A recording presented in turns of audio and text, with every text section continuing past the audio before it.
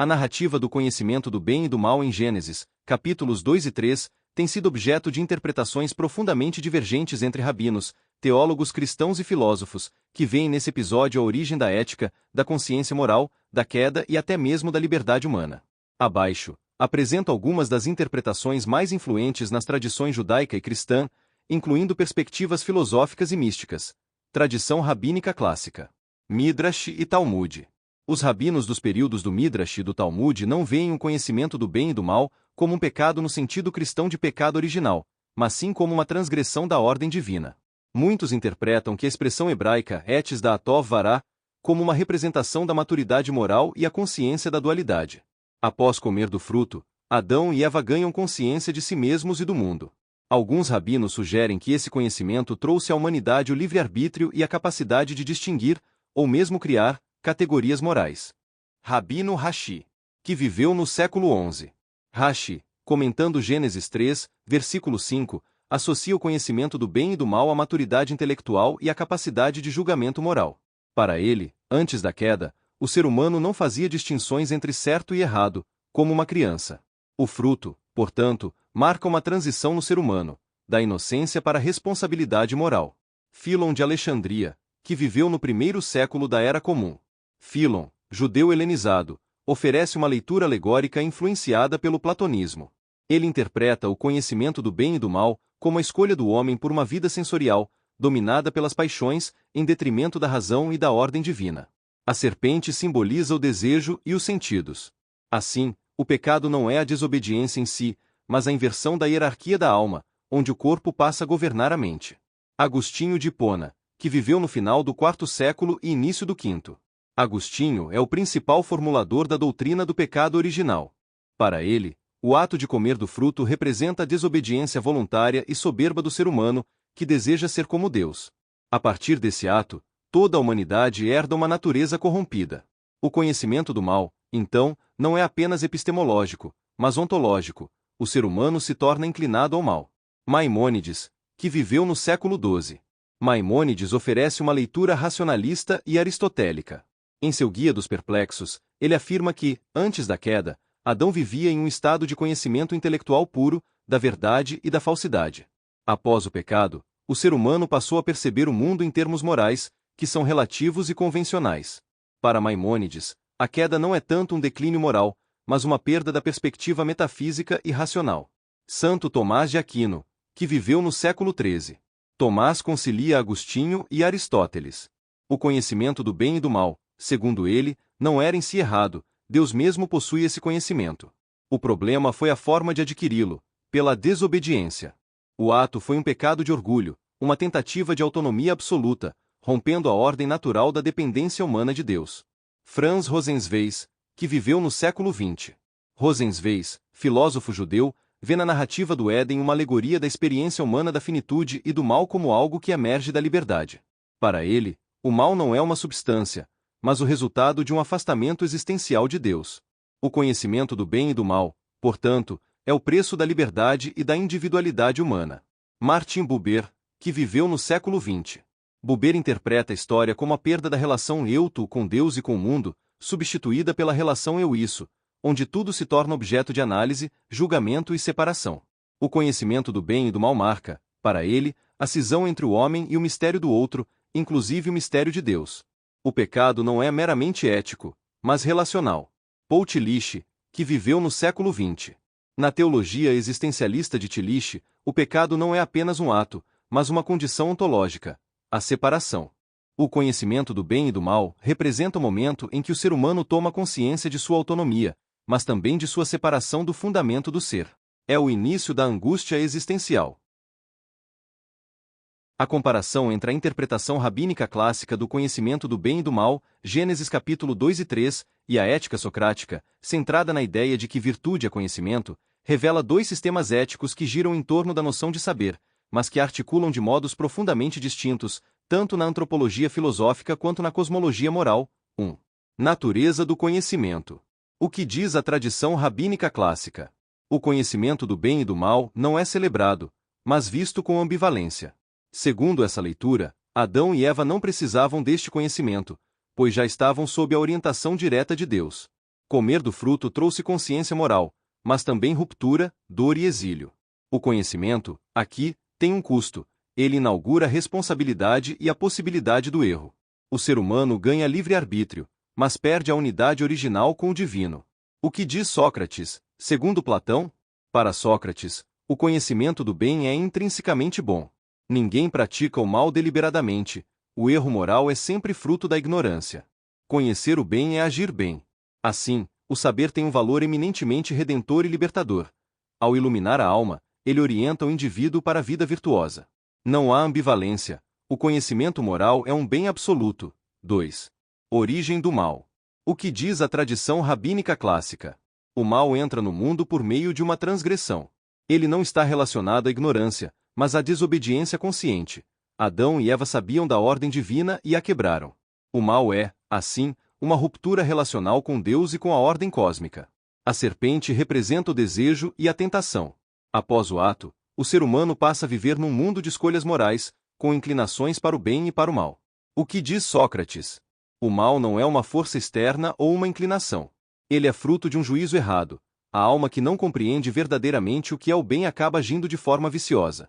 O conhecimento, como clareza da razão, dissolve o erro. Portanto, para Sócrates, o mal é resultado de ignorância intelectual, não de rebelião ou desejo. 3. A queda como progresso ou tragédia. O que diz a tradição rabínica clássica? A queda é ambivalente. Alguns textos a tratam como uma tragédia, outros, como um necessário amadurecimento humano, uma entrada na história e na responsabilidade moral. Ainda assim, a ruptura precisa ser reparada, por meio da Torá, da Techuvá e da aliança. O que diz Sócrates? Não há conceito de queda no sentido teológico. O ser humano é um ser racional em potencial. A ignorância é um ponto de partida que pode ser superado pelo diálogo filosófico e pela busca da verdade. Não há culpa herdada, nem pecado ontológico. Apenas a tarefa do aperfeiçoamento racional e ético. 4. Ética e relação com o divino. O que diz tradição rabínica clássica? A ética nasce da escuta da voz divina. O bem e o mal não são categorias autônomas da razão, mas reveladas por Deus e inscritas na aliança com Ele. A moralidade está intrinsecamente ligada à obediência à Torá. A confiança em Deus precede o julgamento autônomo do que é bom. O que diz Sócrates? A ética é descoberta pela razão. Mesmo quando Sócrates fala de seu daimonion, ele não substitui o papel da razão crítica. O ser humano é responsável por conhecer, definir e buscar o bem, não porque um Deus o ordenou, mas porque isso corresponde à natureza da alma racional. Conclusão. Síntese comparativa. A tradição rabínica vê o conhecimento do bem e do mal como algo que inaugura a complexidade da moral humana, com sua ambivalência, sofrimento e potencial de retorno a Deus. Já Sócrates vê o conhecimento como caminho para a libertação moral e intelectual, sem contradições. Onde o pensamento rabínico reconhece o drama do saber que separa, Sócrates vê a iluminação que unifica.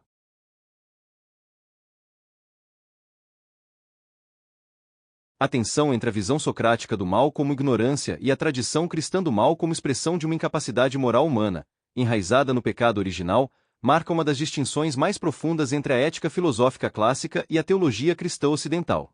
A seguir, desenvolvo essas ideias em 3 momentos. 1. Sócrates, o mal como ignorância. Para Sócrates, especialmente segundo os diálogos platônicos como Protágoras, Mênon e Górgias, o mal não é escolhido voluntariamente. A célebre máxima socrática pode ser formulada assim: ninguém erra ou peca voluntariamente. O vício é fruto de ignorância, e a virtude é conhecimento. Se alguém faz o mal, é porque não compreende verdadeiramente o bem. O conhecimento correto leva inevitavelmente à ação correta. Essa ética é intelectualista, reduz a moral à cognição racional. Otimista, supõe que o ser humano pode alcançar o bem por meio da educação filosófica. Individualista, a reforma da alma depende da busca do saber pelo próprio sujeito. Não há, em Sócrates, um conceito de natureza corrompida ou de culpa herdada. A alma é passível de aperfeiçoamento mediante o diálogo, a reflexão e o autoconhecimento. 2. Cristianismo, o mal como pecado ontológico. Já no cristianismo, especialmente na teologia de Agostinho de Hipona, a condição humana após a queda não é meramente ignorante, mas fundamentalmente corrompida. O pecado de Adão e Eva, ao comerem do fruto proibido, introduz não apenas a culpa, mas uma inclinação ao mal transmitida hereditariamente a toda a humanidade. Agostinho formula o conceito de peccatum originale como uma condição ontológica herdada, e não apenas uma ação errada. Um rompimento da vontade humana com Deus. Uma perda da liberdade de fazer o bem sem a graça divina. Para Agostinho, a vontade humana está escravizada ao pecado. O ser humano pode até conhecer o bem racionalmente, como Sócrates diria, mas não consegue realizá-lo por suas próprias forças. Em sua célebre obra Confissões, Agostinho expressa esse drama com a frase: dá-me a castidade e a continência. Mas ainda não.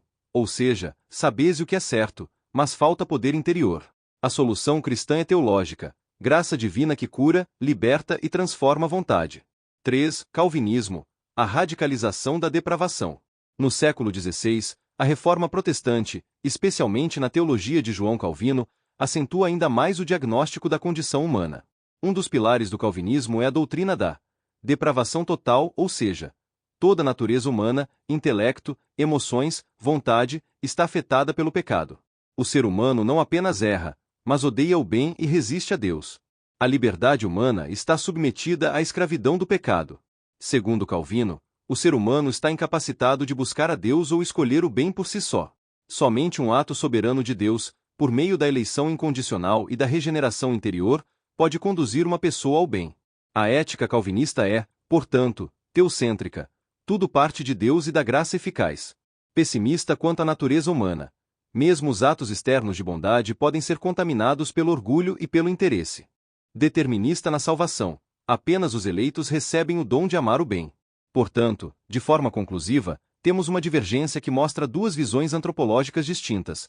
A visão grega clássica, que confia na razão humana como meio de alcançar a virtude. A visão cristã agostiniana e reformada, que vê a condição humana como caída e dependente de uma salvação externa.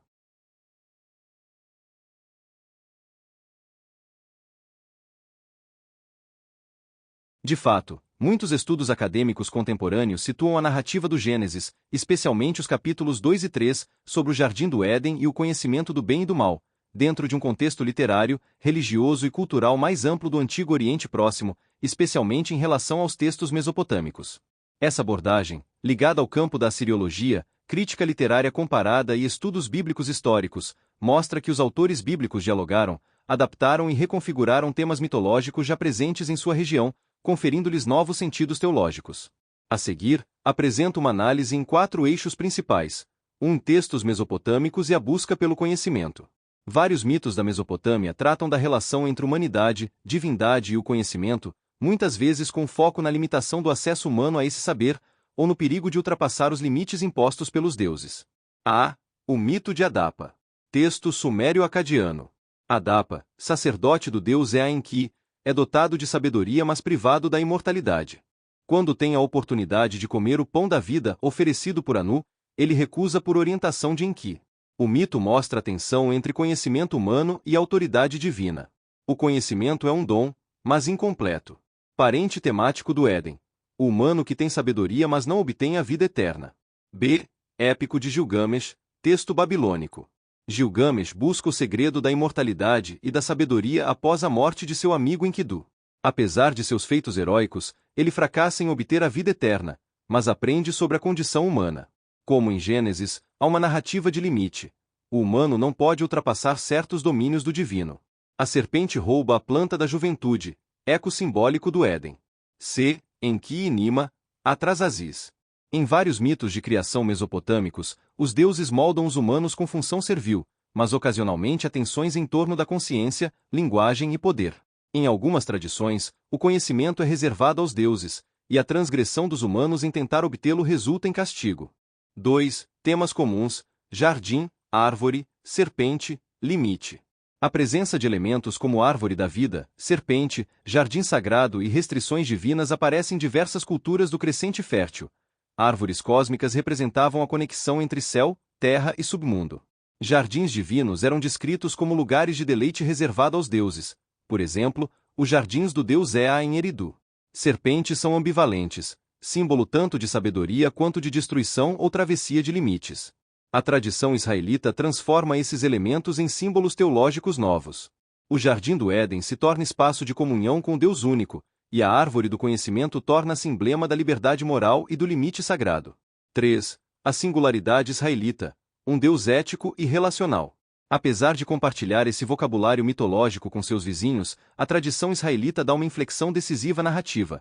O Deus de Israel é um só e atua eticamente. Ele estabelece um mandamento, não por ciúmes divinos, mas como teste relacional e moral. O conhecimento do bem e do mal não é uma técnica ou um segredo divino, mas um domínio moral, que exige responsabilidade. O castigo não é caprichoso, é uma consequência da quebra da aliança. A serpente não é uma deidade rival, mas um ser criado, subordinado, astuto, que representa a tentação e a distorção da palavra divina. Portanto, a narrativa de Gênesis 2:3 desloca o foco do conflito cósmico para um drama ético existencial no coração do humano. 4. Estudos acadêmicos relevantes. Diversos estudiosos trabalharam comparativamente essas tradições. Mark Smith, em As Origens do Monoteísmo Bíblico, analisa como a Bíblia reinterpreta motivos cananeus e mesopotâmicos dentro de uma teologia monoteísta. Thorkild Jacobsen, no clássico Os Tesouros da Escuridão, livro ainda não traduzido para o português, mostra a estrutura mítica do pensamento mesopotâmico e sua transposição simbólica na Bíblia. John Walton, em O Mundo Perdido de Adão e Eva, também não traduzido para o português, argumenta que Gênesis deve ser lido no horizonte cultural do Antigo Oriente Próximo, como uma teologia funcional e não biológica. James Pritchard, organizador da coletânea Textos do Antigo Testamento no Contexto do Oriente Próximo, fornece as fontes primárias para essas comparações. Conclusão. A narrativa bíblica do Éden deve ser compreendida como um ato literário e teológico de reinterpretação criativa. A cultura israelita, influenciada pelas tradições míticas mesopotâmicas, desloca o eixo do problema do conhecimento, de uma disputa entre o homem e os deuses, para um drama ético-teológico, no qual a liberdade humana, a responsabilidade moral e o relacionamento com o Deus único ocupam o centro da cena. Essa abordagem revela não apenas a continuidade cultural entre Israel e seus vizinhos, mas também a originalidade com que os escritores bíblicos refinaram e redirecionaram símbolos antigos para expressar uma nova antropologia religiosa. A questão da liberdade humana e da escolha entre o bem e o mal está no centro da antropologia filosófica, teológica, psicológica e forense, mas cada abordagem interpreta esse fenômeno com categorias e finalidades próprias. A tradição socrática e religiosa propõe uma leitura ética e ou espiritual da ação moral, enquanto as ciências humanas e forenses modernas tendem a deslocar a questão para o campo da psicologia, neurociência, sociologia e direito penal, buscando explicações funcionais, causais e naturalistas para a conduta humana. A seguir, apresento como se dá esse diálogo, e por vezes, tensão, entre as visões filosófico-religiosas, como a socrática e a cristã, e as interpretações científicas contemporâneas. 1. A concepção socrática, o mal como ignorância racional. Para Sócrates, como já vimos, o mal não é produto de impulsos inconscientes ou de desvio patológico, mas da ignorância do bem. A alma humana, quando conhece verdadeiramente o que é o bem, age em conformidade com ele. Portanto, a liberdade é intelectual. O erro moral é falha no juízo racional, não desvio patológico. Não há distinção entre razão e vontade. A alma é uma unidade racional. Essa concepção se choca com diversas abordagens contemporâneas que enfatizam fatores irracionais, inconscientes ou estruturais como motores do comportamento humano. 2. A leitura religiosa, pecado e vontade corrompida. Na tradição cristã, como visto em Agostinho e Calvino, há a noção de que o ser humano pode saber o que é o bem, mas não conseguir realizá-lo. Há uma fissura entre o juízo moral e a vontade prática. Isso insere a ideia de um mal radical, ligado à liberdade humana desviada de Deus. Uma culpabilidade moral real, que não pode ser reduzida a causalidades biológicas. A necessidade de uma redenção ética e espiritual, e não apenas de reabilitação comportamental. Essa visão religiosa se vê desafiada por leituras modernas que relativizam a responsabilidade moral a partir de fatores psíquicos, neurológicos e ambientais. 3. As interpretações psicológicas e científicas modernas diversas escolas da psicologia, psiquiatria e neurociência ofereceram outras explicações para a ação moral e imoral. A. Psicanálise freudiana. O comportamento moral ou imoral resulta do conflito entre ego e superego. O mal pode emergir do recalque, da pulsão de morte ou da fraqueza do ego frente a impulsos inconscientes. Aqui, a liberdade é limitada pela estrutura psíquica. O mal não é sempre voluntário, é sintoma, trauma ou defesa. B. Behaviorismo e cognitivismo. A ação moral é fruto de condicionamento, reforços ambientais ou esquemas cognitivos internalizados. A moralidade é aprendida, não inata, e pode ser modificada. A ênfase está na previsão e controle do comportamento, não na liberdade metafísica. C. Neurociência contemporânea. Pesquisas indicam que decisões morais envolvem áreas como o córtex pré-frontal ventromedial e que lesões cerebrais podem alterar juízos éticos. Isso gera o debate sobre o determinismo neurobiológico. Em que medida nossas escolhas são livres? D. Psicologia moral. O desenvolvimento moral é visto como processo evolutivo e cultural. Kohlberg propõe estágios racionais de desenvolvimento moral. Jonathan Haidt enfatiza as emoções morais instintivas, mostrando que muitas decisões são tomadas intuitivamente, antes da razão agir. 4. A perspectiva forense e jurídica. Na esfera jurídico-forense, a questão da liberdade e da culpa se torna crítica. O direito penal moderno pressupõe que o sujeito seja responsável por seus atos, ou seja, a capacidade de entender e de querer. No entanto, a psiquiatria forense introduz o conceito de inimputabilidade. Sujeitos que agem sob psicose, transtornos ou impulsos incontroláveis podem ser absolvidos ou tratados. Isso aproxima-se, em parte, da leitura psicanalítica, ação como sintoma, e se afasta da concepção religiosa da culpa voluntária. Conclusão.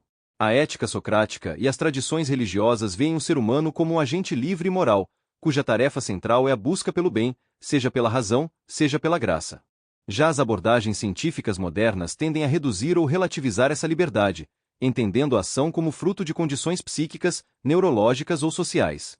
Contudo, há tentativas contemporâneas de integração entre essas perspectivas. Pensadores como Paul Ricoeur, Charles Taylor e Martha Nussbaum propõem formas de reconciliação entre a subjetividade ética e a compreensão científica do humano, sem reduzir a moralidade à biologia, nem negar os condicionamentos reais da psique.